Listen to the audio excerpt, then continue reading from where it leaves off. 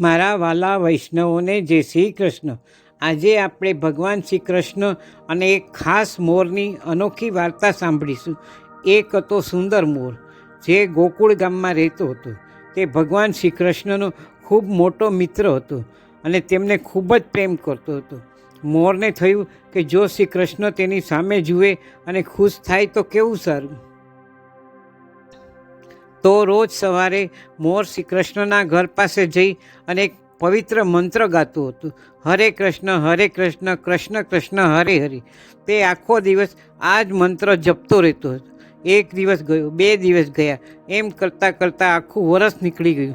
પણ શ્રી કૃષ્ણ તો રાધા રાણી સાથે રમવામાં અને વાતો કરવામાં એટલા મશગુલ હતા કે તેમણે મોર સામે ક્યારેય જોયું નહીં.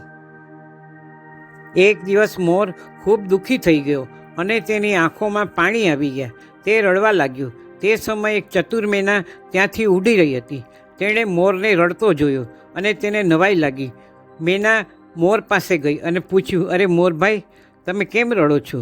મોરે કહ્યું, હું 1 વર્ષથી શ્રી કૃષ્ણને ખુશ કરવાનો પ્રયત્ન કરું છું, પણ તેમણે મને પાણી પણ નથી પાયું. આ સાંભળીને મેના બોલી, હું રાધા રાણીના ગામ બરસાનાથી આવી છું. તું મારી સાથે ચાલ. રાધા રાણી ખૂબ દયાળુ છે, એ જરૂર તને મદદ કરશે. મોર તરત જ માની ગયો અને બંને પક્ષીઓ બરસાના તરફ ઉડી ગયા. બરસાના પહોંચીને રાધા રાણીના મહેલ પાસે મેનાએ ગાવાનું શરૂ કર્યું, શ્રી રાધે રાધે, બરસાને વાળી રાધે. પણ મોર તો હજી પણ તેનો જૂનો મંત્ર જપતો હતો, હરે કૃષ્ણ કૃષ્ણ કૃષ્ણ હરે હરે. રાધાજીએ આ સાંભળ્યું અને તરત જ બહાર આવ્યા. તેમણે પ્રેમથી મોરને ગળે લગાવી દીધો અને પૂછ્યું, બાલક, તું ક્યાંથી આવ્યો છે? ત્યારે મોર બોલ્યો, જય હો રાધા રાણી, મેં સાંભળ્યું હતું કે તમે ખૂબ દયાળુ છો અને આજે મેં મારી આંખોથી પણ જોઈ લીધું. રાધા રાણીએ પૂછ્યું, કેવી રીતે? મોરે કહ્યું, હું 1 વર્ષથી મારા મંત્ર દ્વારા શ્રી કૃષ્ણનું નામ જપી રહ્યો હતો, પણ તેમણે મને પાણી પણ ન પાયું. ત્યારે રાધા રાણી હસ્યા અને બોલ્યા, ના રે ના, મારા કૃષ્ણ એવા નથી. તું ફરીથી જા. આ વખતે શ્રી કૃષ્ણ રાધે રાધે ગાજે. મોર રાધા રાણીની વાત માની ગયો અને પાછો ગોકુળ આવ્યો. તે ફરીથી શ્રી કૃષ્ણના દરવાજે પહોંચ્યો અને આ વખતે તે ખુશ થઈને ગાવા લાગ્યો, રાધે રાધે રાધે રાધે રાધે રાધે. જેવું શ્રી કૃષ્ણએ આ સાંભળ્યું, તેઓ તરત જ દોડતા બહાર આવ્યા.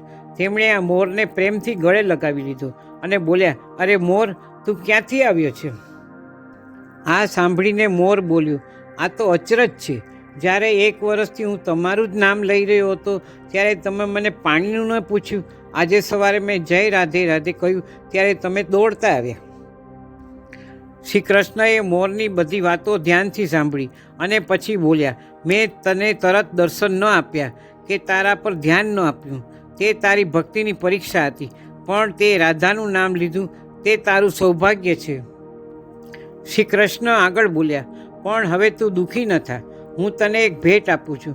જ્યાં સુધી આ દુનિયા રહેશે, તારું મોરપીંછ હંમેશા મારા માથા પર શોભશે અને જે પણ ભક્ત રાધાનું નામ લેશે તે પણ હંમેશા મને ખૂબ જ પ્રિય રહેશે. આ રીતે મોરના સુંદર પીછાને ભગવાન શ્રી કૃષ્ણના માથા ઉપર હંમેશા માટે સ્થાન મળ્યું. બોલો જય શ્રી કૃષ્ણ, રાધે રાધે.